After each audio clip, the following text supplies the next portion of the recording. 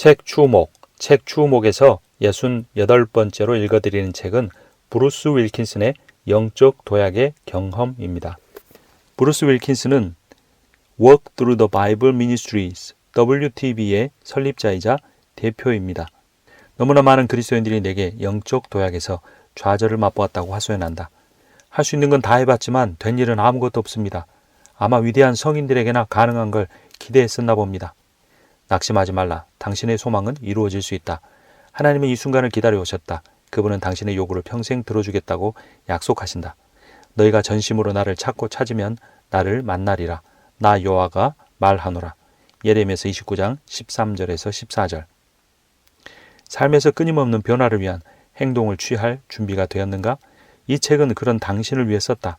당신이 영적으로 성장하고 변화하기를 간절히 바라는 사람이라면 이 책은 하나님께서 우리에게 베푸시는 것이 무엇인지를 직접 체험하게 하는 도구가 될 것이다. 이 책을 읽은 후 당신은 다른 사람으로 바뀌어 있을 것이다. 당신을 사랑하시는 주님께서 당신을 위해 준비해 놓으신 놀라운 영적 도약을 구체적으로 경험했기 때문이다. 당신의 여정에 하나님의 은총이 함께하기를 바란다.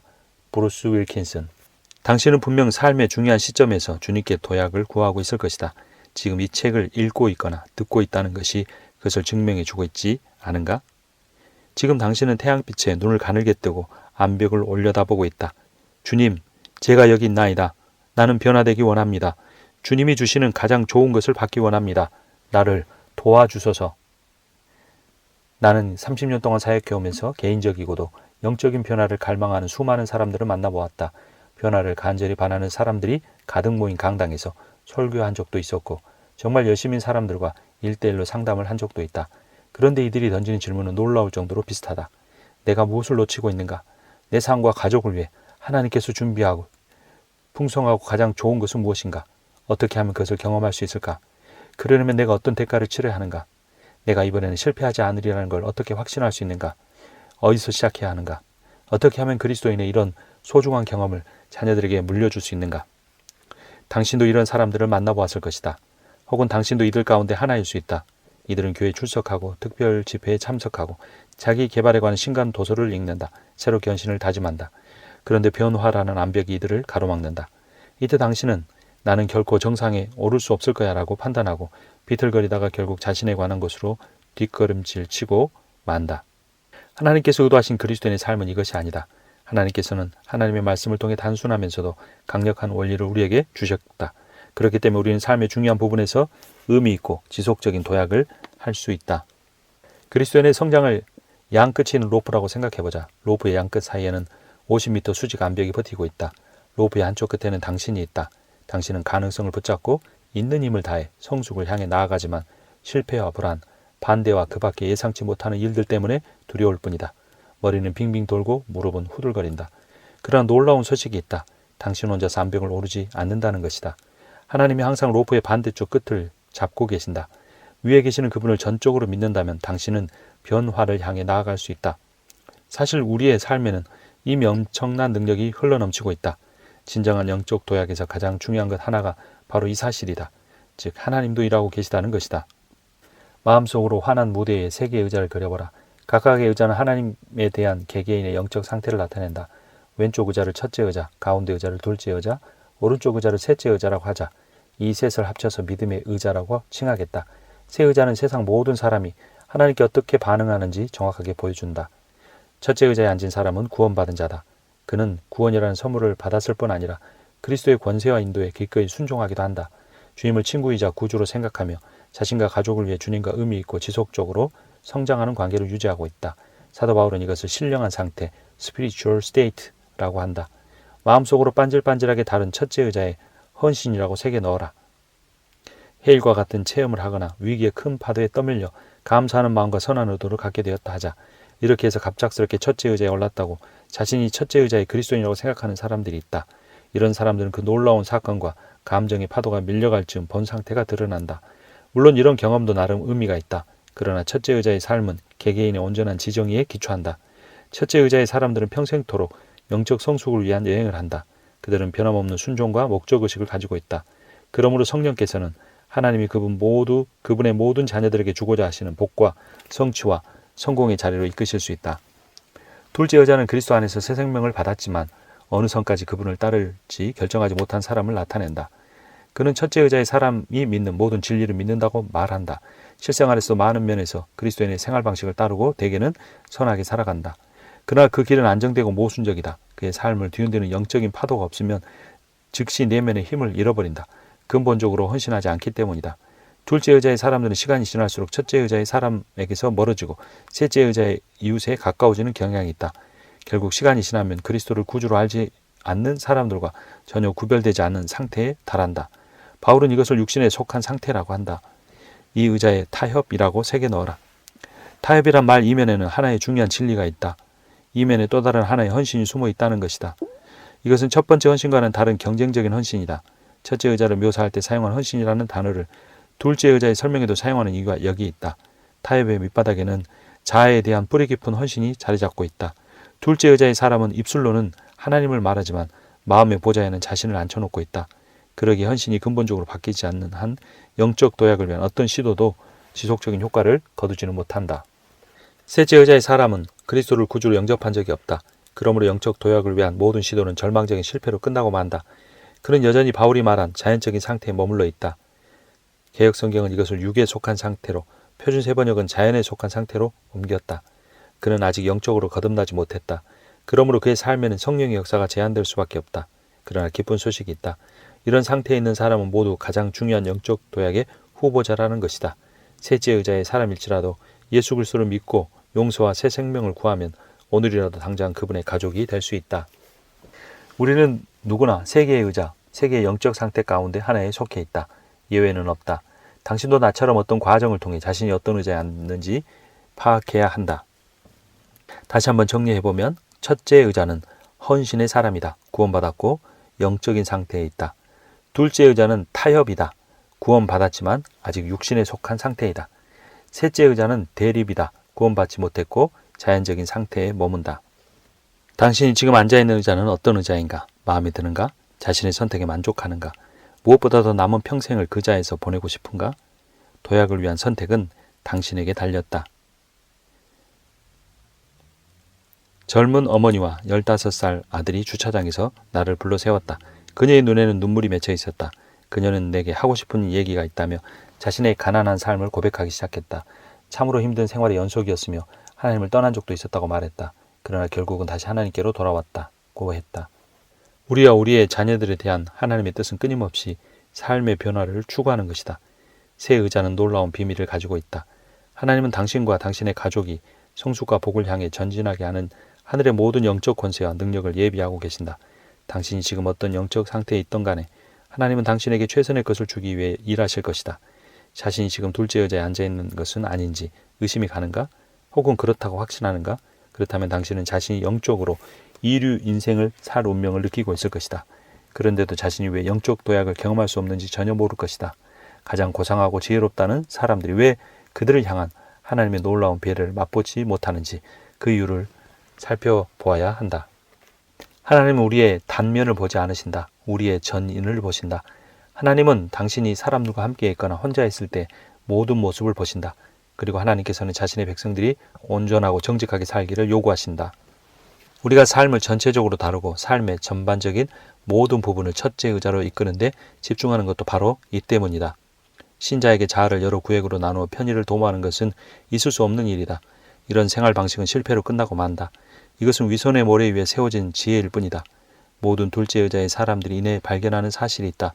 계속되는 하나님의 경고 사인까지 무시한 채 세상 사람들의 얄팍한 수단으로 승리하려고 하다가는 깊은 상실과 패배를 맛보게 된다는 것이다.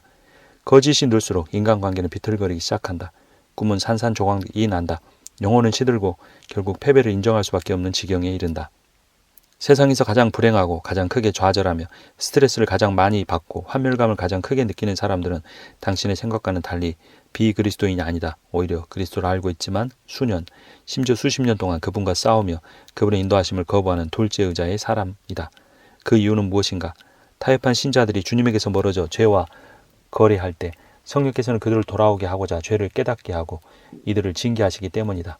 성령께서 이렇게 하시는 이유는 이들이 구원받는 그 순간 자신을 하나님의 영원한 보살핌에 맡겼기 때문이다. 그러므로 그들이 자기 삶의 일부만 하나님께로 돌이킨 채 그분이 준비하신 가장 좋은 것을 받으려 한다면 좌절과 실패를 겪을 수밖에 없다. 하나님께서는 우리를 한뜻 한마음 한 영혼을 가진 존재로 지으셨다. 우리를 파괴시켜 무력하게 만드는 것은 바로 사탄의 거짓말이다. 당신을 구획 나누는 생활 방식에 빠지게 하는 것은 무엇인가? 무엇보다도 그것은 하나님께서 당신에게 주신 모든 기회와 은사를 활용하여 당신 자신을 가장 이롭게 하려는 헌신에 대한 잘못된 태도다. 당신이 둘째 의자에 살고 있을 때 가장 큰 이익을 챙기려면 서로 다른 역할을 많이 수행해야 한다. 둘째 의자의 그리스도인들에게서 이런 경향을 분명히 발견할 방법이 있다. 스스로 간단한 질문을 던져보는 것이다. 나는 누구를 가장 사랑하는가? 나는 무엇을 가장 사랑하는가? 이 질문은 내가 둘째 의자의 삶에 매여 있는지 아닌지를 가장 잘 설명해 준다. 여기서 사랑이라는 말은 로맨틱한 느낌이 아니라 뜨거운 열심, 일상적인 동기, 일관된 관심, 우선순위를 의미한다. 이 질문은 겉으로 단순해 보인다. 그러나 그 대답에 따라 처음에는 똑같아 보이는 그리스도인들도 둘로 완전히 나뉜다. 예를 들어 양쪽 모두 주님을 따르고 섬긴다고 말할 수 있다. 그러나 이 차이는 천지 차이다. 실제로 당신은 어떤 사랑에 따라 움직이는가? 지난 한 달 또는 일주일 동안 했던 일들을 돌아봐라. 당신은 무엇을 이루고자 했는가? 어떤 비전을 품었는가? 친구들은 당신이 어떻다고 말하는가? 삶에서 당신은 무엇을 성취하고 있는가? 당신이 반사적으로 하는 대답은 믿지 말라. 자신은 선한 의도를 품고 있다고 항변하지 말라. 사실을 직시하라. 앞의 질문에 대한 대답은 세 의자 가운데 어떤 의자에 앉았는지 보여준다. 첫째 의자의 신자들은 이웃을 사랑하며 그들에게 가장 관심이 많다. 둘째 의자의 신자들은 다른 것을 사랑하며 그것에 가장 관심이 많다. 첫째 의자의 신자들과 함께 있으면 이웃에 대한 그들의 사랑을 분명하게 할 수 있다. 내성적이든 외향적이든 조용하든 활달하든 유머가 있든 무뚝뚝하든 간에 이들은 항상 다른 사람들의 필요를 돌볼 방법을 찾고 있다.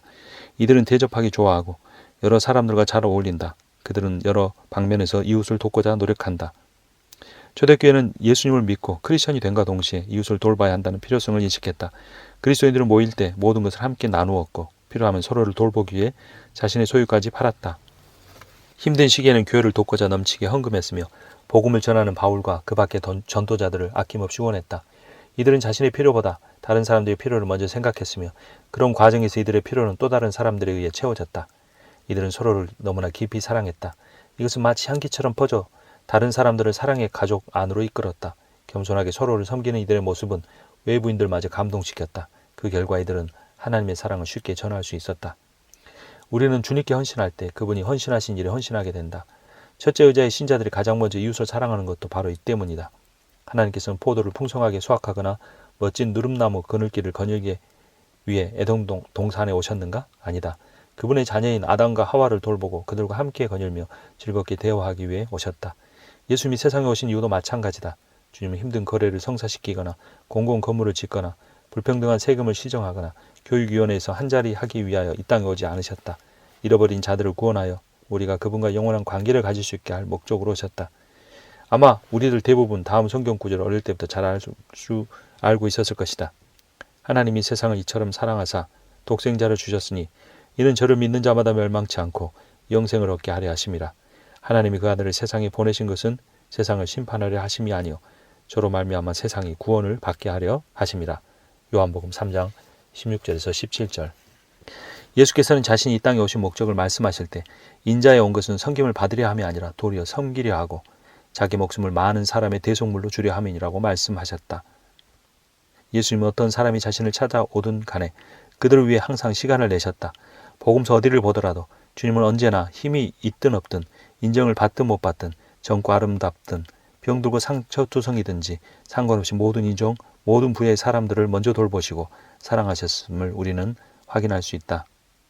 첫째 의자의 그리스도인들에게는 누가 가장 중요하며 무엇이 가장 중요한가? 오직 하나의 선택만 있을 뿐이다. 당신이 전적으로 헌신하면서 주님을 받아들인다면 다른 사람들에 대한 주님의 사랑도 받아들이게 된다. 그런데 둘째 의자의 사람은 이웃을 위한 자리에 자신의 우선순위가 자리 잡고 있다. 그들의 주된 관심사는 소유에 대한 욕구, 개인적인 쾌락에 대한 욕구, 힘과 권력에 대한 욕구로 채워져 있다. 둘째 의자의 사람에게 승리의 티켓으로 보이는 것이 실제로는 파멸의 원인이 된다. 믿지 못하겠다면 주변에서 불행해 보이는 둘째 의자의 신자들을 둘러보라. 그리고 위로는 하나님이, 아래로는 땅이 줄 수 있는 모든 것을 가졌지만 계속 타협하며 살다가 결국 파멸과 절망으로 떨어져 버린 성경의 한 인물을 보라. 당신과 나처럼 그도 원래는 어리석은 사람이 아니었다. 오히려 세상에서 가장 지혜로운 사람이었다. 그는 바로 솔로몬이다. 젊었을 때 솔로몬보다 영적으로나 육적으로 더 화려한 성공 이력을 가진 사람이 있을까? 하나님을 향한 그의 아버지 다윗의 마음은 가히 전설적이다. 하나님께서는 솔로몬에게 역사상 다른 어느 누구보다 많은 지혜와 판단력을 주셨다.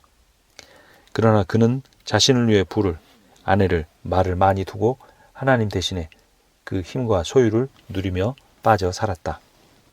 그것은 아담과 하와가 뱀의 유혹에 속아 하나님처럼 되려고 했던 시도와 똑같은 것이었다. 우리는 어떻게 하면 솔로몬과 같은 둘째 의자의 삶에서 벗어날 수 있을까? 첫째, 현재 상황이나 문제를 진단해보라. 바꾸고 싶지만 바뀔 것 같지 않은 부분은 무엇인가? 계속해서 같은 죄를 짓고 있는 것은 무엇인가?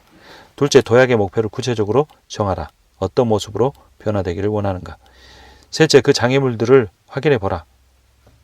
넷째, 진리를 분별하라. 다섯째, 끝까지 회개하고 이겨내겠다고 결심하라.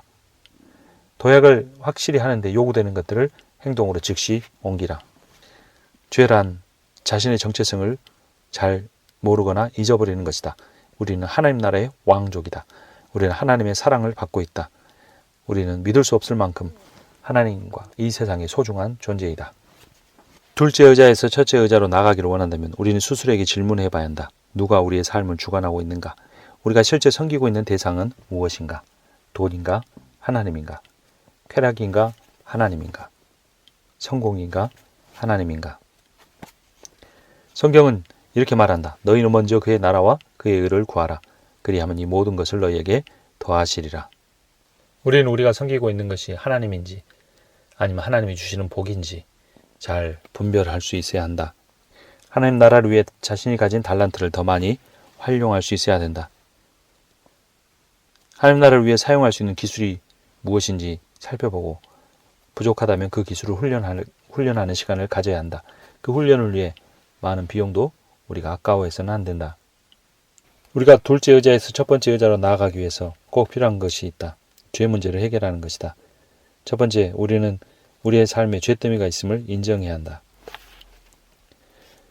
둘째, 예수 그리스도를 통해서라면 우리가 그 모든 죄를 극복하고 완전히 깨끗한 마음을 가질 수 있다는 사실을 믿어야 한다.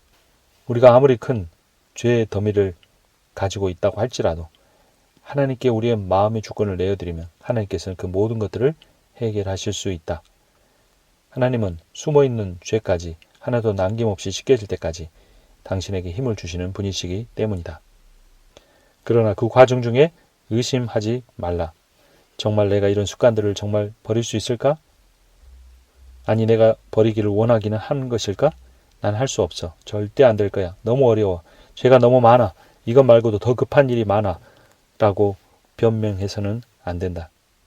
또한 우리가 가지고 있는 그 죄더미가 무엇인지 그 죄더미의 모든 것들을 볼 수 있게 해달라고 주님께 기도해야 한다. 사랑하는 주님, 당신의 거룩하심 앞에 나를 낮춥니다. 주님이 계신 궁정에 들어가 주님의 은혜와 자비를 구합니다. 주님, 주님의 도움을 간구합니다. 나를 도와주시옵소서. 나의 모든 죄를 씻어버리라는 주님의 명령에 순종하길 원합니다. 주님이 거룩하신 것처럼 나도 내 모든 행동이 거룩하길 원합니다. 주님의 기쁨이 되길 원하며 새로운 삶을 시작하길 원합니다. 산더미같이 쌓여있는 나의 모든 죄를 보여주시옵소서. 내 마음에 감춰진 것을 보여주소서. 성령님을 근심케 하는 모든 것들을 기억나게 하소서. 저의 모든 죄를 씻기 원합니다. 저를 도와주시옵소서. 예수님의 이름으로 기도합니다. 아멘. 이제 우리는 하나님의 은혜와 능력으로 죄를 이기는 삶을 향해 나아가고 있다. 죄 때문에는 선택의 결과다. 영적 패배는 불가피하거나 필연적인 결과가 아니다. 이것을 깨닫고도 당신의 수레가 절벽을 향해 다시 달려간다면 당신은 하나님께서 당신의 그런 행동을 얼마나 안타까워하시는지 알게 될 것이다. 하나님께서 이 진리를 당신에게 가르쳐 주셔서 또 다른 충돌을 면하게 하시며 당신이 본향으로 달려가도록 이끄시기를 기도한다. 하나님은 그 누구도 근시안적이고 어리석은 이기심을 움켜잡고 살게 되길 원치 않으셨다. 이 사실이 우리에게 얼마나 큰 위안을 주는지 모른다. 우리의 창조자이신 하나님과 만족스러운 관계, 위로와 치유가 있는 관계 속에 사는 것은 실제로 가능한 일일 뿐만 아니라 우리가 마땅히 누릴 유산이기도 하다. 예수를 종교적으로만 믿는 그러한 명목상의 그리스도인이 아니라 성령 충만하고 하나님의 뜻을 이루기 위해 헌신하고 희생하는 삶을 사는 그러한 영적 도약을 이루는 여러분의 삶이 되기를 축복합니다. 책 주목이었습니다.